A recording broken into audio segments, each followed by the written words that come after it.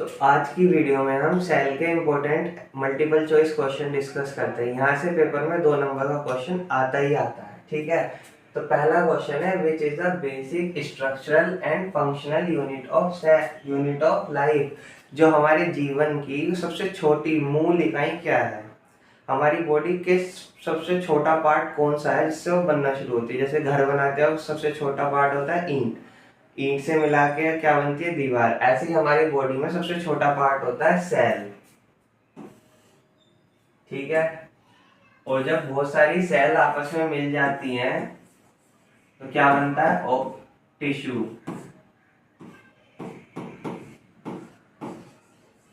और जब टिश्यूज आपस में मिलते हैं तो हम क्या बनाते हैं? ऑर्गन। और जब बहुत सारे ऑर्गन आपस में मिलते हैं तो क्या बनता है? Organ system. तो इसका आंसर होगा हमारा ऑप्शन नंबर सी, सेल, ठीक है। अब देखो दूसरा क्वेश्चन क्या है। दूसरा क्वेश्चन है हमारे पास, cell theory was proposed by. कोशिका का सिद्धांत किसने दिया? इसका ऑप्शन नंबर है बी, स्लाइडेन एंड स्वान। क्यों? देखो, रॉबर्ट हुक ने क्या करा था? कोशिका की खोज करी थी।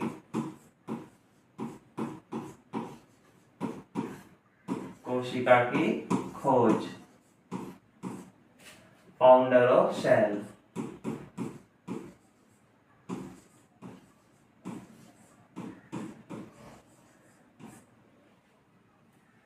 ठीक है, तो ऑप्शन नंबर बी हमारा करेक्ट होगा। थर्ड क्वेश्चन पे चलते हैं। What is the power house of a cell? किसी सेल का पावर हाउस क्या होता है? जब मैंने पढ़ाया था तो आपको बताया था जो माइटोकॉन्ड्रिया होता है वो हमारा सेल का पावर हाउस होता है। तो option number 3 B is correct. Nucleus क्या होता है? न्यूक्लियस हमारा सेंट्रोइड होता है जो कंट्रोल सेंटर का काम करता है। न्यूक्लियस क्या काम करता है? कंट्रोल सेंटर का। राइबोसोम क्या काम करता है? राइबोसोम का काम होता है प्रोटीन बनाने का।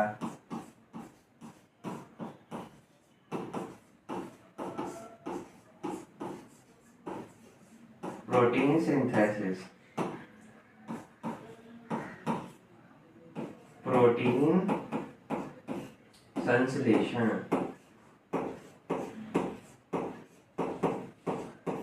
ठीक है।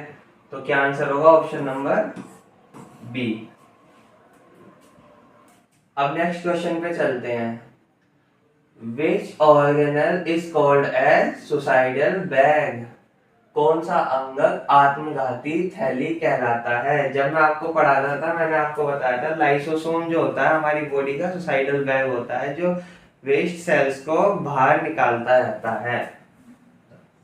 आंसर होगा ऑप्शन नंबर ए, लाइसोसोम,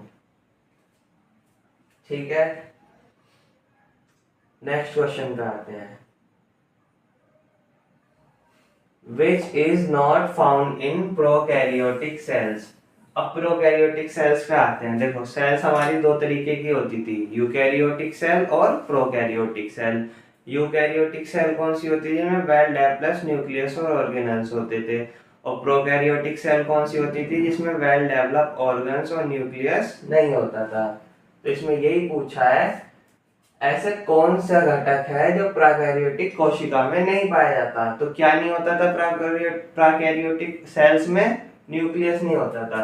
तो इसका आंसर होगा बी, न्यूक्लियस, नाभिक, ठीक है। अब चलते हैं नेक्स्ट क्वेश्चन पे। नेक्स्ट क्वेश्चन है, फ्लूइड मोज़ेक मॉडल किसने प्रस्तुत किया? जो फ्लूइड का मोज़ेक मॉडल था किसने दिया था? इसका आंसर है singer and Nicolson. Singer and Nicolson, क्योंकि वॉटसन और क्रिक ने क्या दिया था? डीएनए का द्विकुंडित मॉडल। डीएनए द्विकुंडित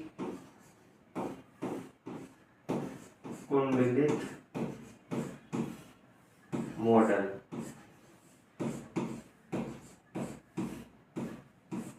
ठीक है। स्लाइडेन एंड स्वान ने क्या दिया था? कोशिका का सिद्धांत।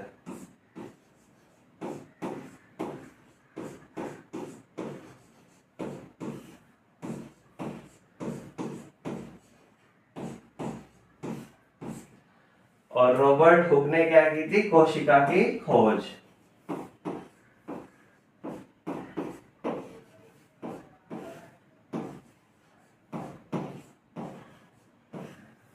तो ऑप्शन नंबर ए हमारा सही है। ठीक है, अब आते हैं नेक्स्ट क्वेश्चन पे।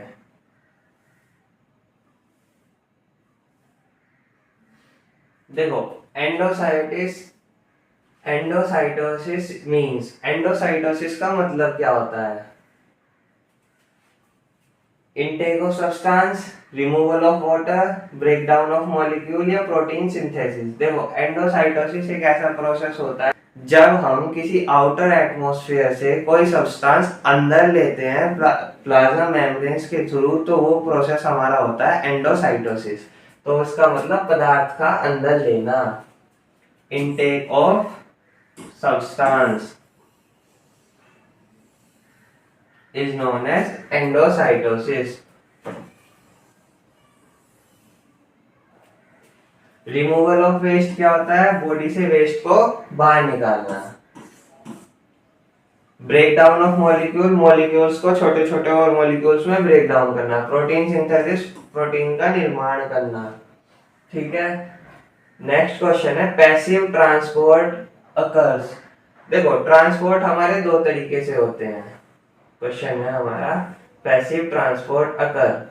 देखो, ट्रांसपोर्ट हमारे दो तरीके के होते हैं, एक्टिव ट्रांसपोर्ट और पैसिव ट्रांसपोर्ट। एक्टिव ट्रांसपोर्ट कौन सा होता है? देखो, नाम से ही पता चला, एक्टिव। एक्टिव मतलब एनर्जी का यूज होगा। तो ऐसा ट्रांसपोर्ट जिसमें एनर्जी का यूज होता है वो कौन सा ट्रांसपोर्ट होता है? Active transport. और जिस ट्रांसपोर्ट में एनर्जी का यूज नहीं होता वो कौन सा ट्रांसपोर्ट होता है? Passive transport. तो क्वेश्चन है हमारा पैसिव ट्रांसपोर्ट अकर्स, निष्क्रिय परिवहन कब होता है? बताओ, एनर्जी के साथ होता है, एनर्जी के बिना होता है, पौधों में होता है, जानवरों में होता है? तो देखो, passive transport means no energy, मतलब विदाउट एनर्जी। तो ये प्रोसेस विदाउट एनर्जी होता है, तो इसका आंसर होगा option number B, without energy. ठीक है, नेक्स्ट क्वेश्चन, ऑस्मोसिस इज, परासरण क्या है? बताओ, परासरण क्या होता है? देखो, जब हम बाहर से कोई सब्सटेंस अंदर लेते हैं तो एक प्लाज्मा मेम्ब्रेन होती है इस तरीके से। उस मेम्ब्रेन का काम क्या होता है? जो सब्सटेंस यहाँ है उसको अंदर पहुंचाने का। तो धीरे धीरे क्या होता है, उसमें से विलायक के अणु तो बाहर चले जाते हैं। एक सॉल्यूशन में हमारी दो चीजें होती हैं, विलेय और विलायक। ठीक है, तो क्या होता है परासरण में, विलायक के अणु तो मेम्ब्रेन को पार करके अंदर चले जाते हैं लेकिन विलेय के अणु बाहर ही रह जाते हैं। तो यही प्रोसेस हमारा ऑस्मोसिस कहलाता है। ठीक है, तो movement of solvent molecules, movement of solute molecule.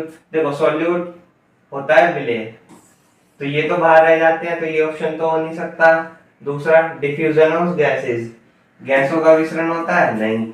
Active transport, ये एक्टिव ट्रांसपोर्ट होता है? नहीं, क्योंकि ट्रांसपोर्ट के लिए एनर्जी चाहिए। ऑस्मोसिस में होता है मूवमेंट ऑफ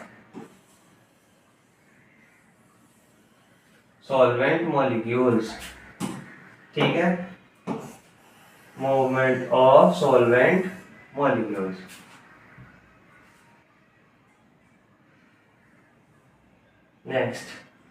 नेक्स्ट क्वेश्चन है हमारे पास, which transport requires carrier proteins. कौन सा परिवहन वाहक प्रोटीन की आवश्यकता रखता है? देखो, परिवहन होता है ट्रांसपोर्ट। ट्रांसपोर्ट में ऐसा कौन सा ट्रांसपोर्ट है? एक्टिव ट्रांसपोर्ट है, पैसिव ट्रांसपोर्ट है, ऑस्मोसिस है, फिल्ट्रेशन है, सिंपल डिफ्यूजन है? जिसमें हमें किसकी आवश्यकता होती है? प्रोटीन वाहकों की आवश्यकता होती है। तो वो ट्रांसपोर्टेशन होता है हमारा फैसिलिटेटेड डिफ्यूजन, सुगम विसरण। क्योंकि ऑस्मोसिस परासरण होता है, फिल्ट्रेशन किसी चीज को छानना होता है, इसमें हमें प्रोटीन की आवश्यकता नहीं होती। सिंपल डिफ्यूजन में भी हमें प्रोटीन की आवश्यकता नहीं होती, हमें प्रोटीन की आवश्यकता पड़ती है फैसिलिटेटेड डिफ्यूजन में। ठीक है, अब आते हैं नेक्स्ट क्वेश्चन पे। Site of protein synthesis is, protein संश्लेषण का स्थान क्या है? हमारी बॉडी में प्रोटीन का संश्लेषण होता है राइबोसोम्स में, तो option number A. Nucleus centroid होता है, लाइसोसोम्स क्या होता है? सुसाइडल बैग होता है, तो यहाँ प्रोटीन सिंथेसिस हो ही नहीं सकता। अब आते हैं नेक्स्ट क्वेश्चन पे। DNA is present in, DNA कहाँ उपस्थित होता है? ऑप्शन है आपके पास ओनली न्यूक्लियस, सिर्फ न्यूक्लियस में डीएनए होता है। देखो अगर यही ऑप्शन होता न्यूक्लियस एंड माइटोकॉन्ड्रिया ऑप्शन में नहीं होता तो आंसर होता हमारा ओनली इन न्यूक्लियस, क्योंकि न्यूक्लियस में क्या होता है? डीएनए होता है। लेकिन हमें और ऑप्शन भी देखने हैं, उसके बाद डिसाइड करना है आंसर हमारा क्या होगा। दूसरा ऑप्शन है न्यूक्लियस एंड माइटोकॉन्ड्रिया, क्योंकि न्यूक्लियस में भी डीएनए होता है और माइटोकॉन्ड्रिया में भी डीएनए होता है। ओनली इन साइटोप्लाज्म, साइटोप्लाज्म में डीएनए नहीं होता। और लास्ट ऑप्शन है गोल्जी बॉडी, गोल्जी बॉडी में भी डीएनए नहीं होता। अब हमारे पास ऑप्शन बचे ए भी करेक्ट है, ऑप्शन नंबर बी भी करेक्ट है। तो हमें ये देखना है मोस्ट सुटेबल ऑप्शन कौन सा होगा, ए होगा या बी होगा। तो देखो ए जो है ओनली इन न्यूक्लियस, मतलब सिर्फ न्यूक्लियस में होता है, और ऑप्शन नंबर बी है न्यूक्लियस एंड माइटोकॉन्ड्रिया, न्यूक्लियस में तो होता है उसके साथ माइटोकॉन्ड्रिया में भी होता है। तो ऑप्शन नंबर बी हमारा ज्यादा सही होगा, क्योंकि न्यूक्लियस में भी होता है और माइटोकॉन्ड्रिया में भी होता है। ठीक है, अब आते हैं नेक्स्ट क्वेश्चन की तरफ। Question number 13। क्वेश्चन नंबर 13 में हमसे क्या पूछा है, पढ़ो।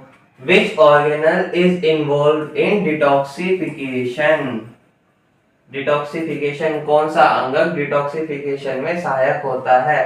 देखो डिटॉक्सिफिकेशन बेसिकली क्या होता है, हमारी बॉडी से जो वेस्ट, एक तरीके से टॉक्सिक सब्सटेंस होता है उनको रिमूव करना, बॉडी से टॉक्सिक सब्सटेंस को बॉडी से बाहर रिमूव करना, वो क्या कहलाता है? डिटॉक्सिफिकेशन कहलाता है। तो डिटॉक्सिफिकेशन में कौन सा अंग सहायक होता है? मैंने आपको पढ़ाया था स्मूथ ईआर और रफ ईआर, इनमें से एक डिटॉक्सिफिकेशन के काम आता है, कौन सा था? स्मूथ ईआर था। तो option number A is correct. Lysosome हो नहीं सकता, सुसाइडल बैग होता है। राइबोसोम हो नहीं सकता, प्रोटीन सिंथेसिस होता है यहाँ पे। नेक्स्ट क्वेश्चन है हमारा,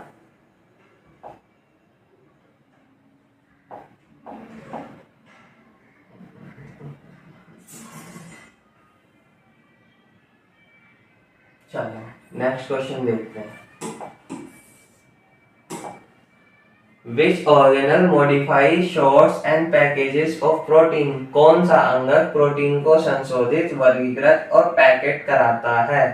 देखो अब ये इस तरीके से समझो, एक होता है हमारी बॉडी में जिस जगह पे प्रोटीन बनती है, ठीक है, और दूसरा होता है हमारी बॉडी में जहां उस प्रोटीन को हम डिस्ट्रीब्यूट करने के लिए पैक करते हैं। ठीक है, तो प्रोटीन हमारी बॉडी में बनता कहाँ है? राइबोसोम्स में। और प्रोटीन वहां से मॉडिफाई, संशोधित, अगर उसमें कुछ कमी है तो मॉडिफाई होगा, वर्गीकृत उसे हम डिफरेंशिएट करते हैं, और पैकेज में कहां से बांटते हैं? गोल्जी एपरेटस से। गोल्जी बॉडी, गोल्जी बॉडी हमारे किस काम आती है? प्रोटीन को शॉर्ट आउट करने के लिए। ठीक है, माइटोकॉन्ड्रिया पावर हाउस होता है, ये आंसर नहीं होगा। न्यूक्लियस सेंट्रोइड होता है, न्यूक्लियस इन सबको कंट्रोल करता है, न्यूक्लियस किसी की स्टोरेज नहीं करता। लाइसोसोम सुसाइडल बैग होता है, इसलिए लाइसोसोम भी आंसर नहीं हो सकता। अब आते हैं नेक्स्ट क्वेश्चन पे।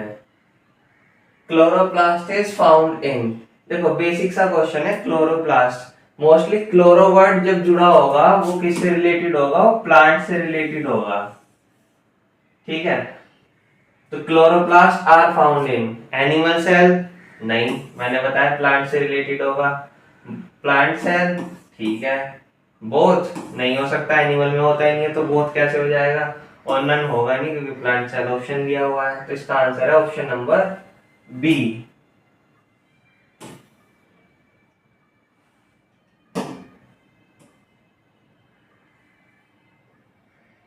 अब नेक्स्ट क्वेश्चन है हमारे पास, मिथोसिस रिजल्ट्स इन, मिथोसिस जब प्रोसेस हो जाता है तो उसके बाद उसका रिजल्ट क्या होता है। तो देखो, दो सेल फॉर्मेशन होती है मिथोसिस में, क्या होता है, सेल फॉर्मेशन होती है, सिमिलर सेल फॉर्मेशन होती है। तो ऑप्शन हमारे पास है 2 identical cell, 4 identical cell, 1 big cell और नो डिवीजन। तो देखो, नो डिवीजन हमारा ऑप्शन नहीं होगा। 1 बिग सेल, एक बड़ी सेल नहीं बनती। मिथोसिस एक ऐसा प्रोसेस होता है जिसमें एक बड़ी सेल फर्दर अपने पेरेंट सेल में टूटती है, तो कम से कम 2 सेल तो बनती हैं।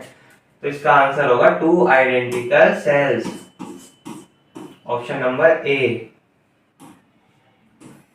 अब नेक्स्ट क्वेश्चन है, मियोसिस अकर्स इन, मियोसिस कहाँ होता है, सोमैटिक सेल्स में, नर्वस सेल्स में, मसल सेल्स में या रिप्रोडक्टिव सेल्स में। तो मियोसिस का प्रोसेस होता है हमारा रिप्रोडक्टिव सेल्स में। Which phase is the longest in cell cycle, cell cycle में सबसे लॉन्गेस्ट फेज कौन सा होता है, प्रोफेज, इंटरफेज, मेटाफेज या एनाफेज। मैंने बताया था प्रोफेज सबसे छोटा फेज होता है, उससे बड़ा इंटरफेज होता है, फिर मेटाफेज और फिर एनाफेज। तो सबसे बड़ा फेज होता है interphase, option number B is correct. Crossing over occurs in, जो क्रॉसिंग होती है वो हमारी किस पार्ट से होती है, मतलब किस प्रोसेस में होती है, मिथोसिस में होती है या मियोसिस में होती है। तो देखो, जो क्रॉसिंग होती है वो हमारी मियोसिस में होती है, मिथोसिस में नहीं होती। और मियोसिस में नहीं होती और मिथोसिस में नहीं होती और साइटोकाइनेसिस में नहीं होती। तो मियोसिस में भी कौन से पार्ट में होती है, मियोसिस भी 2 प्रोसेस होते हैं, मियोसिस फर्स्ट, मियोसिस सेकंड। तो मियोसिस फर्स्ट में होती है, तो option number B is correct. अब नेक्स्ट क्वेश्चन है हमारा, साइटोकाइनेसिस मींस, साइटोकाइनेसिस का मतलब क्या होता है, क्या होता है। साइटो माने सेल, काइनेसिस माने विभाजन। तो सिंपल सा, सेल का विभाजन साइटोकाइनेसिस कहलाता है। डिवीजन ऑफ न्यूक्लियस, न्यूक्लियस का विभाजन, देखो नाम से ही पता चल रहा है साइटो हम सेल के लिए यूज करते हैं, ठीक है। तो साइटो जो भी होगा सेल से रिलेटेड होगा। तो डिवीजन ऑफ न्यूक्लियस होगा, नहीं होगा। डीएनए रेप्लिकेशन होगा, नहीं होगा। प्रोटीन सिंथेसिस होगा, नहीं होगा। एक ही ऑप्शन इससे मैच करता है, डिवीजन ऑफ साइटोप्लाज्मा, ठीक है, क्योंकि साइटो सेल को रेफर करता है और साइटोप्लाज्मा सेल के अंदर होता है, इसलिए division of cytoplasm is known as cytokinesis, ठीक है। ये हमारे 20 सबसे इंपॉर्टेंट क्वेश्चन थे जो पेपर में इनमें से आता ही आता है। 2 नंबर का एक क्वेश्चन आएगा ही आएगा, और कभी कभी थ्योरी में भी ऐसे पूछ लेते हैं व्हाट इज साइटोकाइनेसिस, वो 3 नंबर वाले क्वेश्चन में आता है। जैसे एक क्वेश्चन यहाँ से ये बन सकता है, what is meiosis, what is mitosis. इस तरीके से क्वेश्चन हमारे पेपर में आ जाते हैं। तो सेल हमारा कंप्लीटली खत्म हो चुका है। अगर आपको सेल चैप्टर नहीं समझ आ रहा है तो मैं डिस्क्रिप्शन में लिंक डाल दिया है, वहां से आप जाके वीडियो देख सकते हैं, ठीक है। और फिर इन एमसीक्यू को करिए तो आपकी प्रैक्टिस अच्छी हो जाएगी। Thank you.